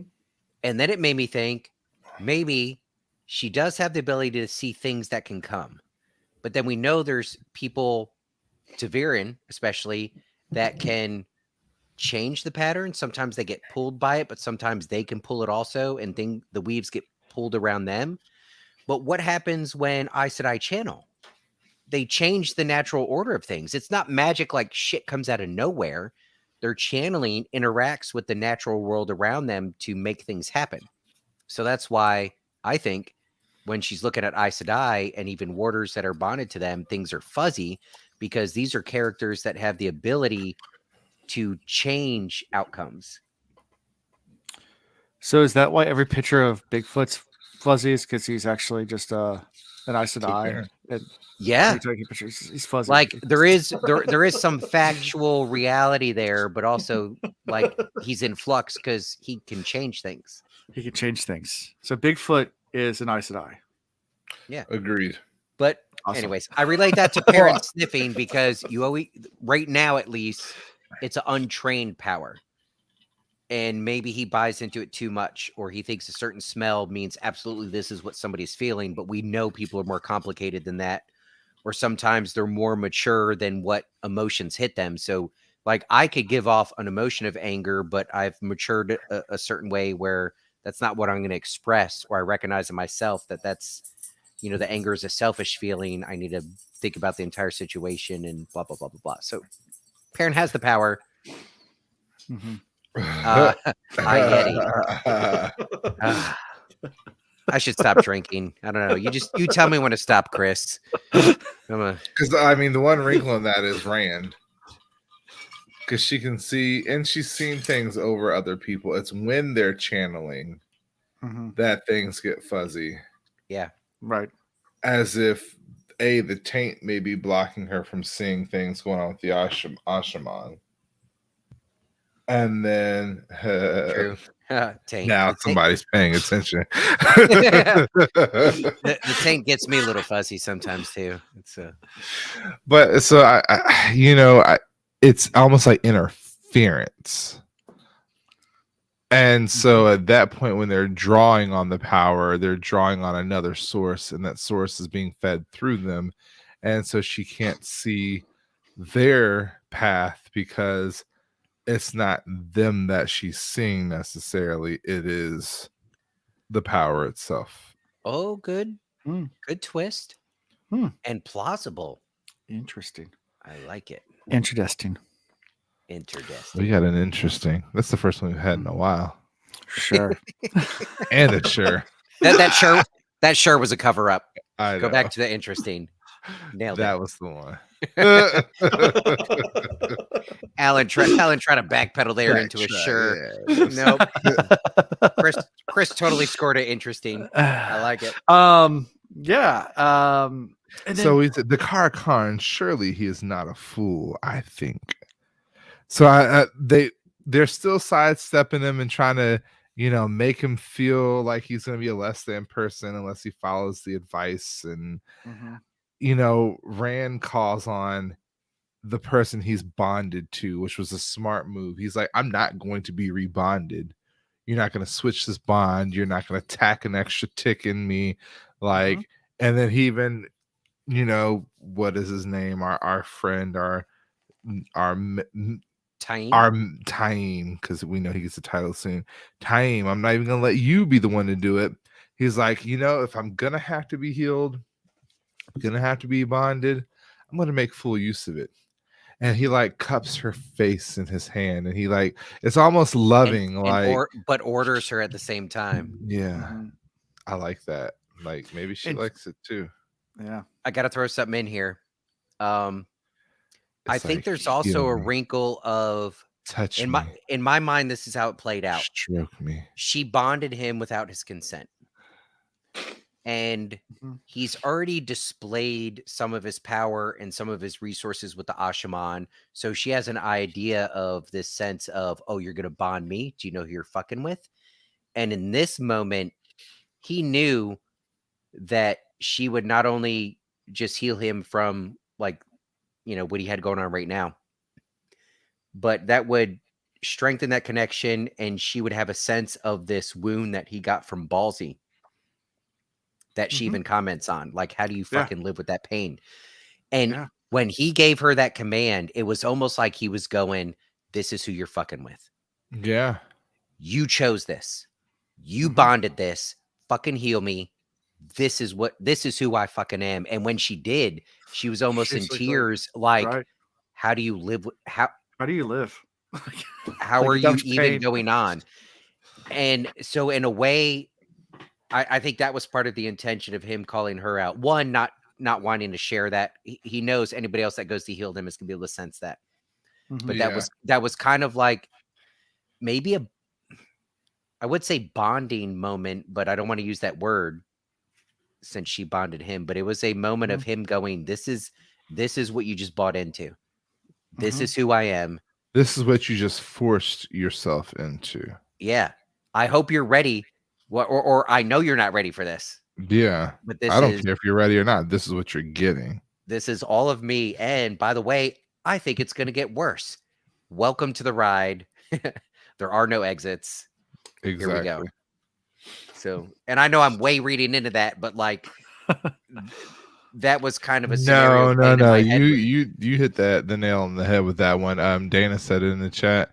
Zul's like that the face touch is very intimate. And it is. Like when you cup somebody's face in your hand, that's intimate. For one, it's either very condescending and demeaning, like you're beneath me and I take pity on you, child, or it's That I wasn't the love vibe you. here. Yeah, and that wasn't, I agree.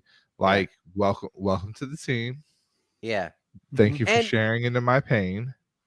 Yeah. But so now when it comes to the bonding, we know why Luz is furious about it. But then if we think about Rand and Perrin and all of them, where they came from and how they were raised, and is Rand more upset about it because she attached herself to him and he knows where he's going, or he thinks he knows where he's going, and it's not a good place, and now she has to go with him. So like, is his anger with her more out of I think it's complex. I think it's sympathy? layers. Like why? Like I didn't want to think bring it's anybody layers. down this path with me. I mean, he's actively avoiding the women that he loves. Yeah. He's actively separating himself from his friends. Like, you're right. It's layered. He realizes now she has no choice. She is going to feel that pain when he dies. She's going to feel the decisions that he makes. She'll probably feel when he finally loses it. Yeah. And then when he has to be strapped into that actual physical bondage, if it happens, because we said he's going to end up with an IDOM of some sort connected to him. Like, she's going to have to go through all of that with him. She's already spending her days crying over him. Yep. Crying over the loss of the last, and then crying over his pain. Well, Perrin mentioned how much she looked like she was struggling, and she's struggling because of Rand. Yeah. Which is crazy. Everybody around him, all of his advisors, they're yelling at him, you got to get healed, you got to get healed. But they're thinking about, let's heal from this battle so you can feel a little better. And the reason he's fighting it is not pride of, I don't want to be healed. It's, I don't want to share my pain. Yeah. And when he was like, fine, fuck you, come here, heal me. Great. There we go. There's my pain. Deal with it. Now, how do you feel about that? And she was just shuddering. How about them apples? How about he said applesauce. Boom. So the Aes Sedai leave with the Wise Ones after this, and he's left with Taim, who insists that Rand should have an honor guard of Ashaman. Wait a minute. Okay. A crucial moment. Oh, what's it? As the Aes Sedai were leaving with the Wise Ones said something that Rand didn't pick up on, but the Aes Sedai did. And they had this shocked look on their face as they look at him. What the fuck did they say? Welcome, sisters. No. I mean, maybe. They treat women that channel on equal footing, and they give a damn about what Rand thinks. Equal?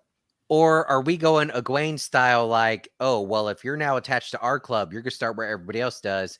You're about to be in pigtails. I mean, they're already full-fledged Aes Sedai, so I don't know. That's a good question. I'm gonna be fair and say I don't know, but I will say it was more of a welcome to the club. They welcomed them somehow, but that welcome statement. All right, think about this.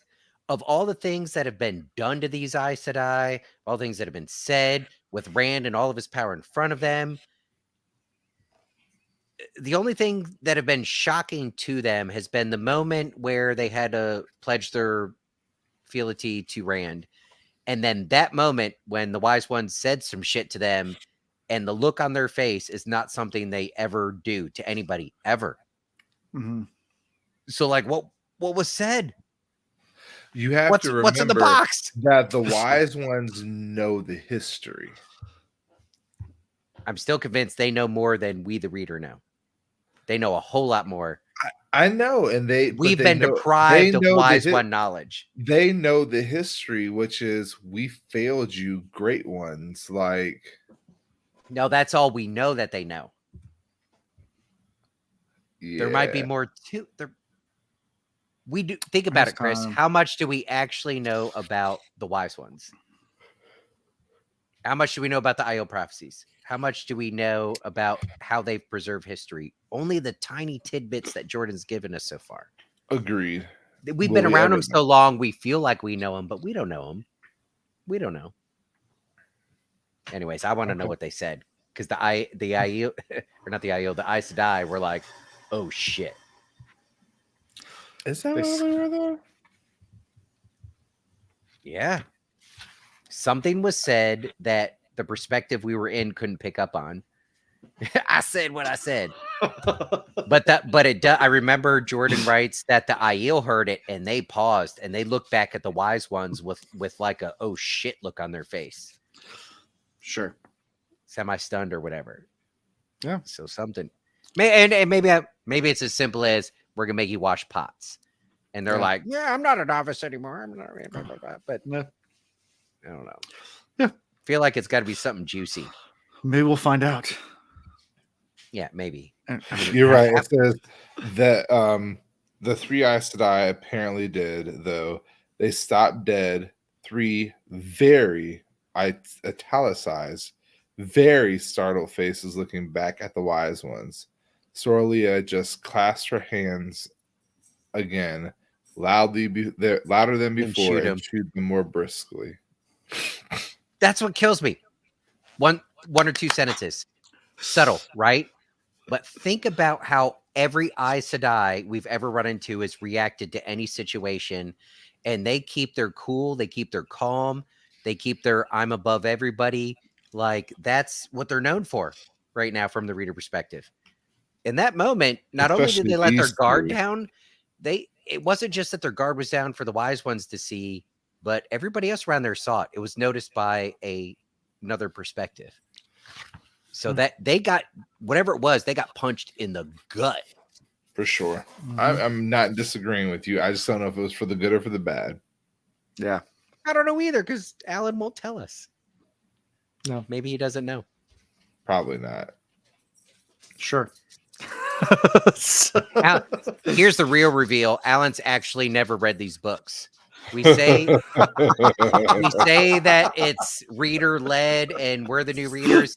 Alan's reading along with us and pretending. That would be great. Fooled you guys for 3 years.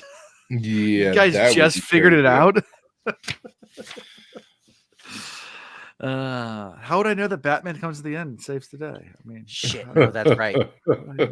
That's great logic. So afterwards, Taim insists that Rand have an honor guard. We're here now. And Rand's like, I'll take 4 soldiers and 4 dedicated. Taim's like, no, I mean Ashman. He's like, fine, I'll take that one. And he's like, oh no, that one.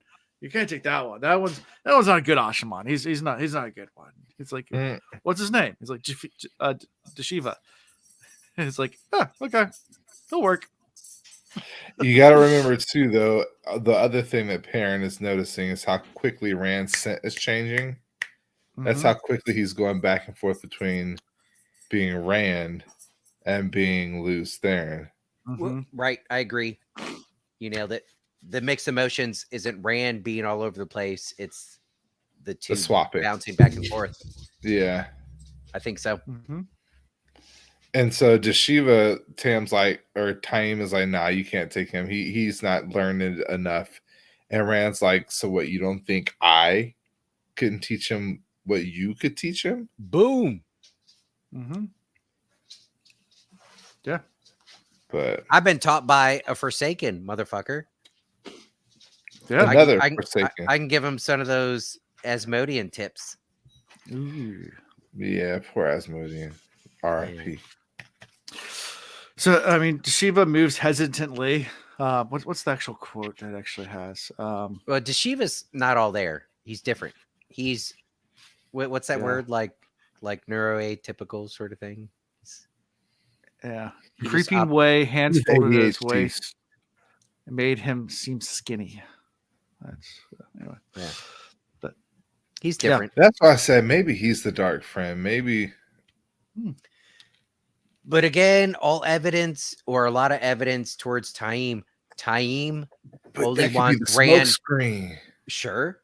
I'm not putting smokescreen past Jordan. Let me tell you. You know, I have stopped giving predictions in this book because Jordan just does such a great. I mean, I don't know if you've noticed it. I don't. There are very few predictions at this point, and all the way into book 7. It's hard to because we know, and it's not even that his twist are wild. When his twist happened, you look at it and go, "Ah, shit, I should have seen that," because there is evidence of it. But when you're given the evidence, it's never at a moment where you can put 2 and 2 together. You know, he gives just enough that you feel stupid when you find out, but not enough to actually figure it out. Exactly. Yeah. Like when you make the okay, so I'm saying like you said, Alana. Am I saying the right name? No. Alana? Anyway, I can't remember who it was. Never mind. Alana's the We'll Aes Sedai bonded Rand. Yeah, I know. That's not the one. Okay. I'll figure it out in a minute. Keep going. Okay. Look, Yeah. when we were insisting that Tom was still alive, it was not evidence based. We wanted Tom to still be alive. Yeah.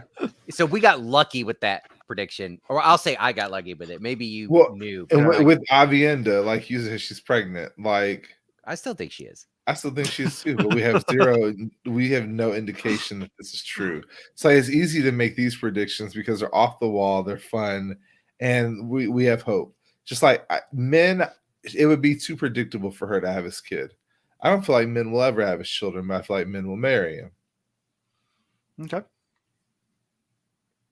As much as I hope for great things for men, I think men will have great things. But she gives me the vibe of that female that can be single at the end of her life, having loved many people and still just have an awesome life. And I have a friend like that currently. Yeah. Mm-hmm. I don't think she needs it. No. Yeah. I don't know. She's been very after Rand. Yeah. And Rand seems to kind of be getting it now. Yeah. Yeah. Anyways. So after all this, so after all this, Perrin tells Rand that he will oppose him if any of the Aes Sedai are not well treated. And Rand kind of was like, okay.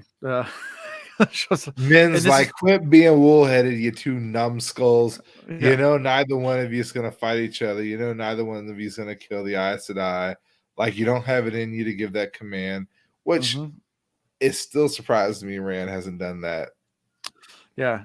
And then we learned that Taim's also adopted a new title that he didn't tell Rand about, that Rand doesn't know how he feels about this. It's Mahal, Yes, Mahal, which means leader in Old Tongue. And yeah. I mean, to be fair, and we've been saying this from the get-go, Rand is doing himself a huge disservice.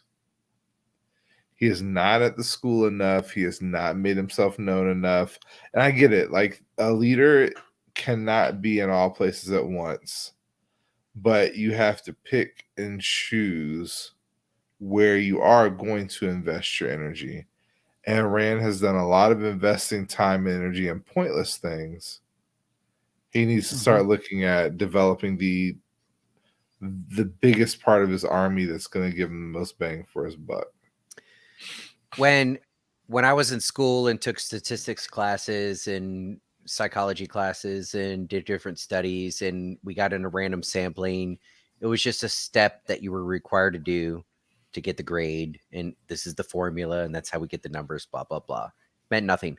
But in real life, when I started managing projects and service contracts and construction contracts where it's impossible for me to inspect everything, I learned very quickly how crucial it is to do one, quality assurance. You absolutely have to do.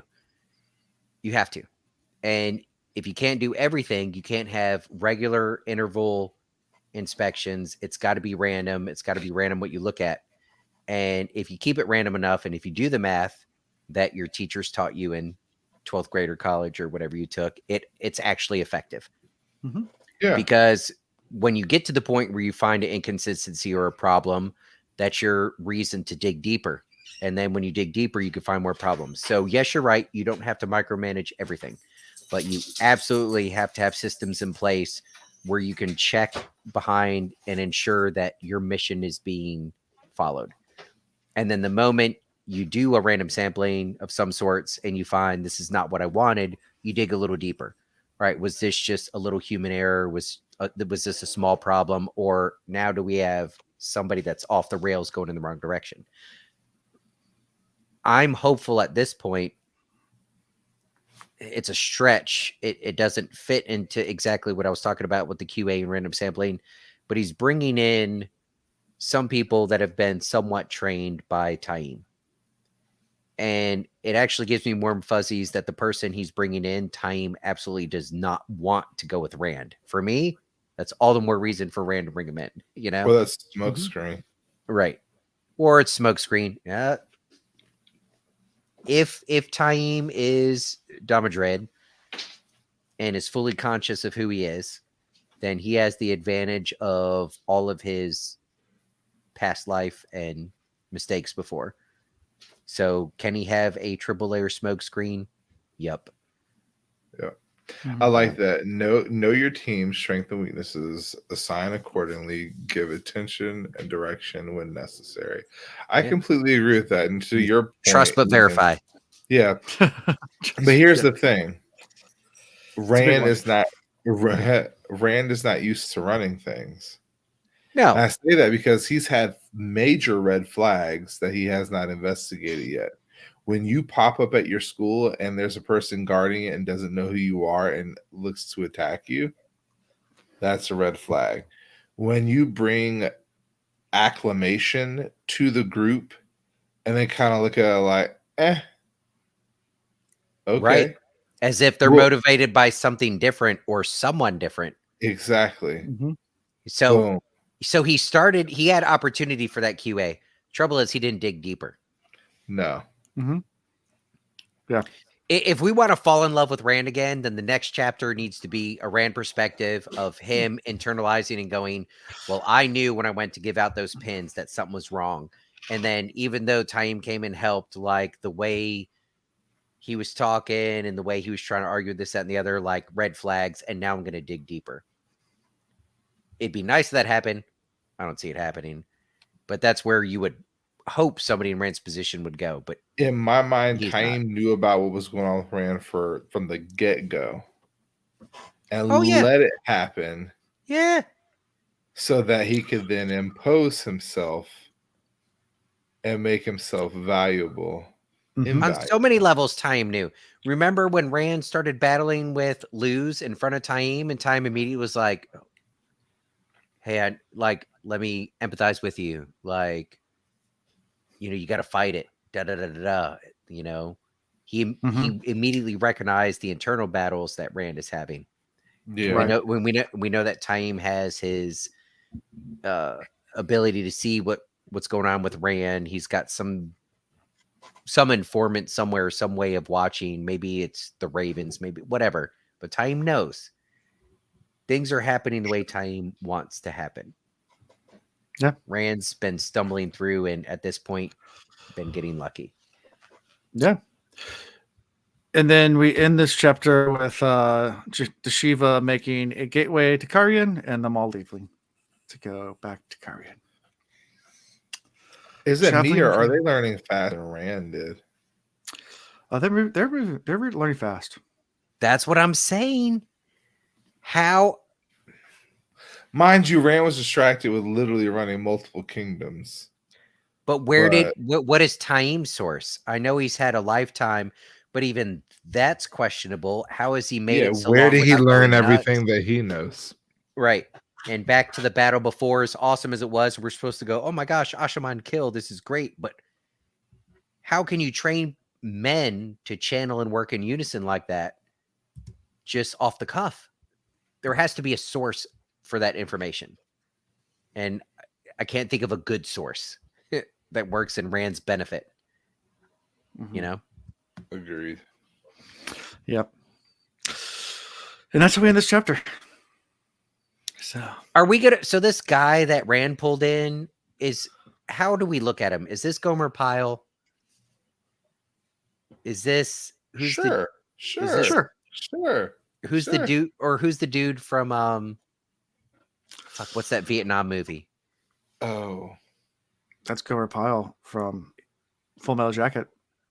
No, he gets called Gomer Pyle, but Oh. anyways, Full Metal Jacket. But that's what I was thinking of. Yeah. Is it that guy? Is Or it Barney Fife? Barty Fife? Like I'm they gonna say they- Rapho. I'm gonna say Rapho. I'm gonna say Rapho. They stumble into being significant, but I feel like he's gonna be like the hidden treasure trove that Rand needed. Okay. so as much as I'm hating on Taim, Mm-hmm. consider that 1% chance that Taim is actually trying to help Rand. It's this other guy that's the dark friend. I'm telling you. And Taim suspects him, I But said that's it what- in the beginning. but that's why Taim brought him in so he can keep an eye on him and figure then that one Rand out pulled for him into Rand. his inner circle. Yeah. Right. So maybe he is trying to help Rand, but then something crazy happens where Rand flips on Taim and kills him, only to find out that Taim was trying to help him. I have to consider that that's a possibility. As much as I've been hating on Taim, it's a possibility. Yeah. It would be entertaining. So if you go that way, Jordan, I don't mind. It would mean that I'm really wrong, but I'm 39 and I've realized at some point I'm going to be wrong. Yeah. Hasn't happened yet. But at some point it will. But inevitably, I'm going to stumble into that. Yeah. There you go. Is there anything else from these chapters?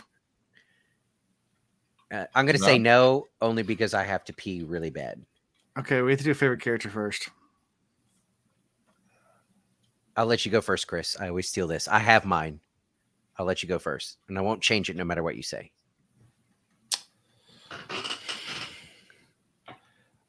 I'm gonna do it just because everybody's expecting it. Perrin. Perrin is by far always going to be my favorite character, but he definitely was opened up to a lot more and expressed himself. Because remember, 2 years ago, lump on a stick. He's just a block. And his name's in the book, but he does nothing. Yeah. And now I'm like, I love Perrin. Where's more Perrin? Give me more Perrin. So yeah, I'm gonna have to give it to Perrin. He's struggling. He's going through a lot. And then he had to tell his friend, like, if you do something, if you take that extra step, I will be in your way. And it takes a lot. Yeah. He's a real friend. With everything he's struggling with, he's making it a point to set moral boundaries. I mean, I hope he sticks to them. Humankind has a history of setting red lines, like don't cross this line. Then people cross it and people go, well, let me adjust this line. But I think Perrin's the type that when he puts a line in stone, I feel like he's going to hold to it. Agreed. So, yeah. Stamps it in steel. Yep. I'm going to go with Loyal. And I was already feeling that anyways. The rabbit hole we went on with Loyal and his little blip of wanting to get back to writing his book and being desperate to do so. I truly didn't go down that rabbit hole until you kind of brought it up, Chris, but that just reinforced more. We're in the Perrin perspective when we hear about Loyal. And while we're considering what Perrin's struggling with, we get Perrin giving us some Loyal stuff that with just a little extrapolation, a little bit digging into, we realize that Loyal's probably struggling with what Perrin is struggling with times 10. There's nothing about Loyal that screams violence to me, even if Ogiers are capable of it. Like at the heart of Loyal, the individual, he doesn't want the violence. He wants copacetic. He wants, why can't everybody just get along? And he picked up not just an axe with a half bigger than him, and he mowed down rows of people, and he's trying to deal with it. Anyway, so it's kind of, I don't know, I got feels for him. And do we get Loyal's chapter? Do we get his struggle with what he's going through, or do we just get people's perspective of Loyal going through That's this? a good question. Do we get Loyal perspective chapters? You said? Yeah. I mean, well, yes, I'd assume we would get Loyal chapters and perspectives, but I want to know if we get Loyal dealing with what he just went through. So as a reader, we're like, oh, Loyal, the warrior, mowing people down. Yeah. But then when we consider who Loyal is, and it's like, holy shit, Loyal got to the point where he had to mow people down. Like I want to, like, Loyal, how are you doing? Like, give him a hug. Tell him it's okay. And, you know, sorry you went through that. Loyal. Sure. Love you, man. Yeah. I don't really know who to give it to this chapter. I'll give it to Rand. Rand did a good job. No, I'll give you that because Rand definitely is going through it too. And you're sitting there in the field, balled up, crying to yourself. And then the next day you have to sit there and fake it with men. And he's not faking it. He had to just, you know, different moments in time. I got to imagine there's some, Rand moments where it's like he's in control, but you also got to think he's barely in control. Mm-hmm. Yeah. Faking being in control. It all seems like he is, but fake it till you make it. Yeah. Barely. Hanging by a thread. Well, next week we'll be doing 3 chapters. 3. So we'll do 3, 4, and 5. They are all Perrin point of views. So I'll just give you that little hint now. So we are getting our whole book of Perrin.